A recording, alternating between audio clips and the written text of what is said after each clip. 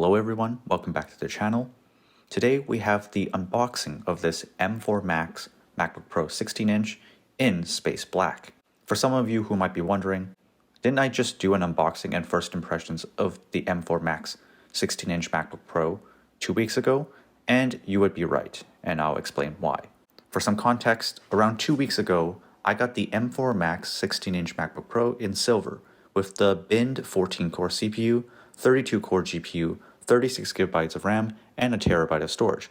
However, I just exchanged it for this M4 Max 16-inch MacBook Pro in space black with the full unbinned version of the M4 Max chip with the 16-core CPU, 40-core GPU, and 48GB of RAM and 1TB of storage. The unboxing experience is identical, except for the nice inclusion of the color-matching matte black MagSafe cable.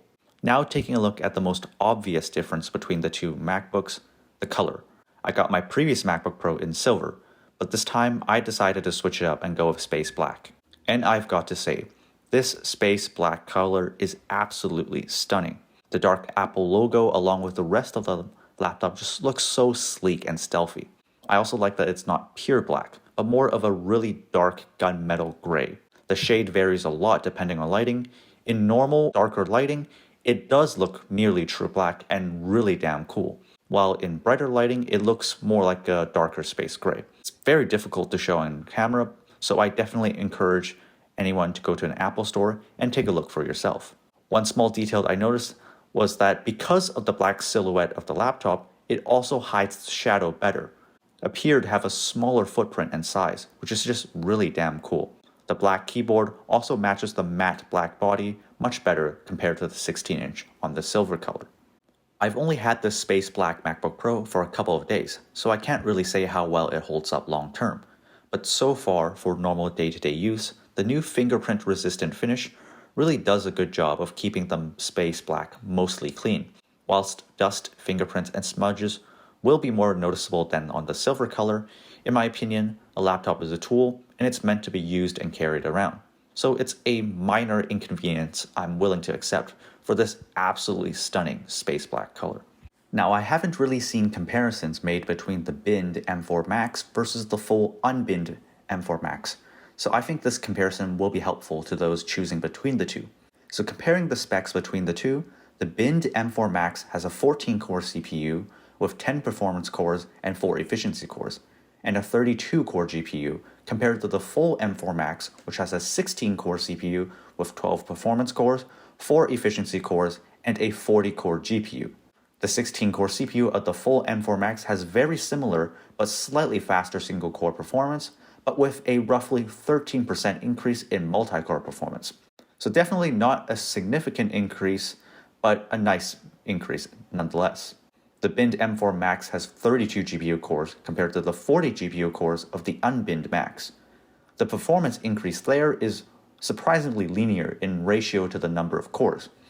If we do some quick math, 32 is 80% of 40, and that reflects in the performance, with the 40-core GPU being roughly 20% faster than the 32-core GPU. Once again, while not a significant increase, it is definitely noticeable and a nice bump in terms of performance. However, there are some noticeable differences when it comes to memory. The binned M4 Max is limited to 410 gigabits per second of memory bandwidth with 36 gigabytes of unified memory compared to the full 546 gigabits per second memory bandwidth with 48 gigabytes of unified memory on the unbinned Max. The extra 12 gigabytes of RAM is nice, but the increased memory bandwidth will be noticeable and faster for more demanding tasks that uses a lot of memory and processing.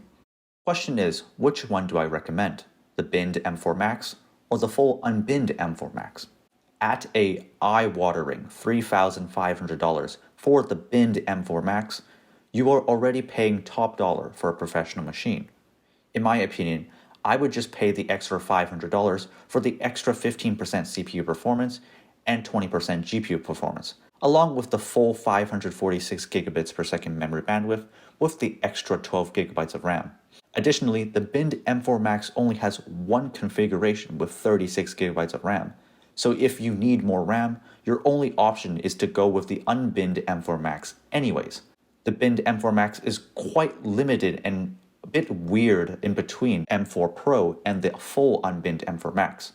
The M4 Pro has nearly identical CPU performance to the binned M4 Max, and even an upgraded M4 Pro with more RAM at 48GB and a terabyte of storage is $400 less than the binned M4 Max.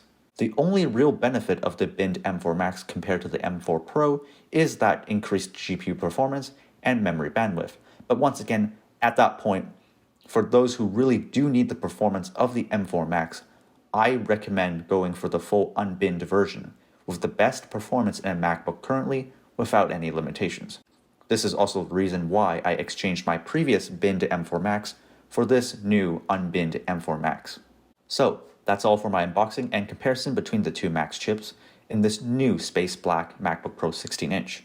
There will be a full review of this MacBook Pro after further testing and usage and seeing how this Space Black color holds up long term. If you found this video helpful, please like and subscribe and check out my other videos. And as always, thanks for watching.